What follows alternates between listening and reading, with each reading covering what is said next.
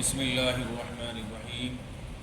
اسلامی تاریخ 6 شعبان المعظم، حضرت امیر معاویہ رضی اللہ تعالیٰ عنہ کی پیدائش اور اسلام۔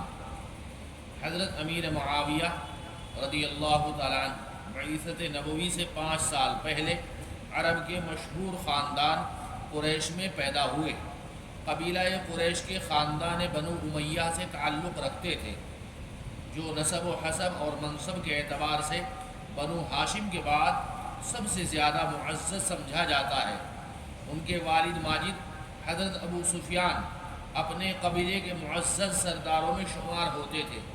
اپنے خاندان کے ساتھ فتح مکہ کے موقع پر اسلام کا اظہار کیا۔ بچپن ہی سے عزم اور حوصلے کے آثار ظاہر تھے۔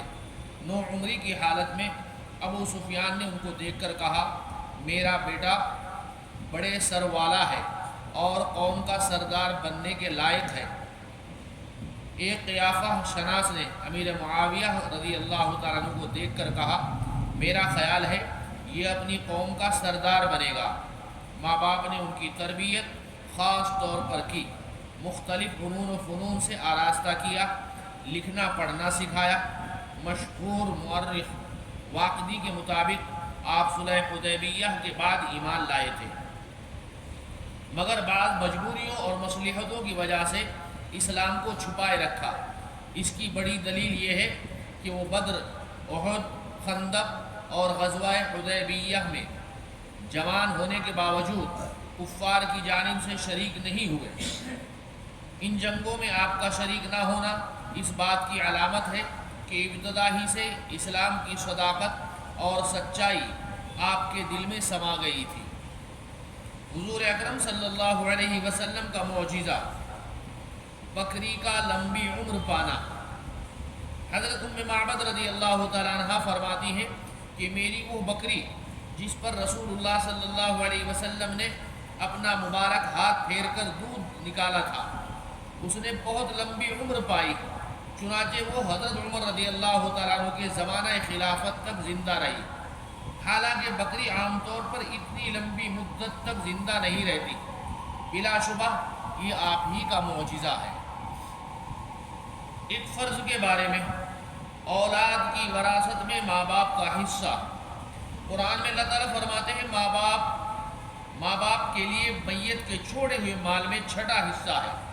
اگر میت کے لیے کوئی اولاد ہو، اگر کسی کا انتقال ہو جائے اور اس کے ورثہ میں ماں باپ اور اولاد ہے تو ماں باپ میں سے ہر ایک کو الگ الگ 6واں حصہ دینا فرض ہے۔ ایک سنت کے بارے میں، مشکلات، پریشانیاں اور تکالیف کے وقت کی دعا۔ رسول اللہ صلی اللہ علیہ وسلم نے فرمایا، جو مسلمان بندہ کسی مشکل معاملے میں ان کلمات کے ذریعے سے اللہ سے مدد کرے گا، دعا کرے گا، تو اللہ تعالیٰ اس کی دعا قبول کریں گے۔ وہ دعا یہ ہے، لا الہ الا انت سبحانک انی کنت من الظالمین۔ یہ وہی دعا ہے جو حضرت یونس علیہ السلام نے مچھلی کے پیٹ میں پڑھی تھی۔ ایک اہم عمل کی فضیلت، کثرت سے استغفار کرنا۔